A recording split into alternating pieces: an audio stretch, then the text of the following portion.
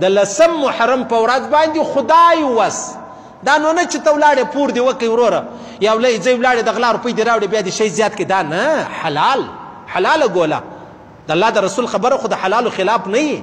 نو که سړی راولاړ شو په دا ورځ باندې سړی که یو شی نه و 2 د تناره ډوډۍ یې کور ته راوړلې یو شی نه و د 50 روپۍ په کوړه یې کور ته راوړله ګوره خدای وس درته وایم یو سړی به وایي زه د یوه ایټم وس نه لرم مولوي صاحب تا بل هم راباندې کښېښوئ یا نه مې دی در باندې ایښی که څوک وس لري الله وس ورکړی دی نو پیغمبر علیه الصلاة والسلام فرمایي اوسع الله علیه سائر سنه ټول کال به الله ستا پر کور برکتونه ووري او بزرګان وایي اولیاء وایي مشایخ وایي موږ تجربه کړې ده موږ کله راولاړ سلو موږ دغه ورځ باندې څه شی زیات پخ کړی دی الله پاک به پر کور برکتونه ورولي دي برکتمنه ورځ ده یاره الله ته خو ګرانه نه ده نو ولي دا ورځ څه کیسه لري دا ورځ دا کیسه لري د الله رسول فرمایي دا ورځ به قیامت راځي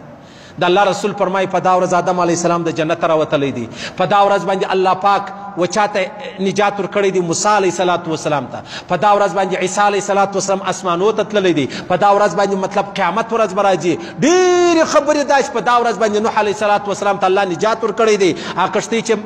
منزل ته ورسېدله داسې مطلب په دا ورځ باندې یونس علیه الصلاة والسلام د مایې د نس الله راویستی دا ډېرې خبرې دي بس محترمه ورځ ده اشه د جمعې او د هفتې څه فرق دی خو هغه لمر دی هغه ماجګر دی هغه ماښام دی هغه رڼا ده هغه کیسه ده نو څه فرق دی دا ویلي الله به یو ورځ محترمه کړي اشه ټولې میاشتې یو رقم دی هغه لمر هغه سپوږمۍ هغه ورځ هغه شپه الله پاک روزې ته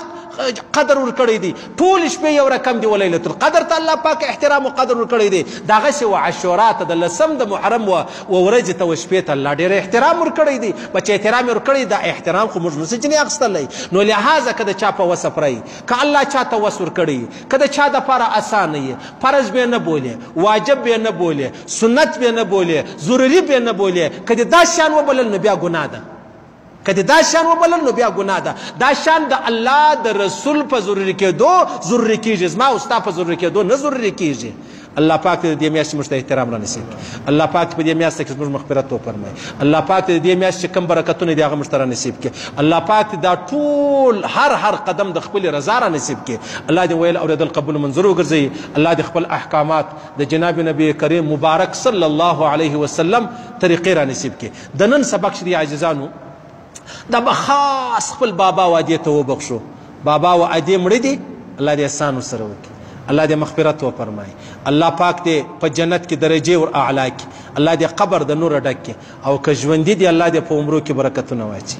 که ناجوړه دي الله دې صحت کامله ور نصیب کړي دغسې زموږ ته یاران راواخله ډېر یاران زموږ ته مړه سوي بیا مې هیر دي په هغه پسې بیا وبخښو کېدلی سي د هغه پر ما او تا حق یې دغه حق دی چې دعا ورته وکړو بس دغه سبق په پسې وبخښو څوک قرضداران دي الله دې د قرضو خلاص کړي څوک په هسپتالو کې بیماران دي الله دې شفای کامله ور نصیب کړي څوک په جیلو کې ناحقه بندیان دي خاص کر زموږ ته خور الله پاک دې په خیر راولي که څوک مطلب نور پریشانۍ مصیبتو تکلیفو کې مبتلا دي الله دې ټول مشکلات پریشانۍ د دې پاکې محترمې میاشتې په برکت ځین لرې کړي الله دې ویل اورېدل قبول منظور وګرځوي الله دې پر دې تور موږ ته مرګ راکړي موږ قریبان عزیزان ټول عالم انسانیت د دعوت تبلیغ یو مقصد دی ټول عالم انسانیت پر دغه تور ژوندي ووسیږي او پر دغه تور مړه سي چې مرو دا وایي لا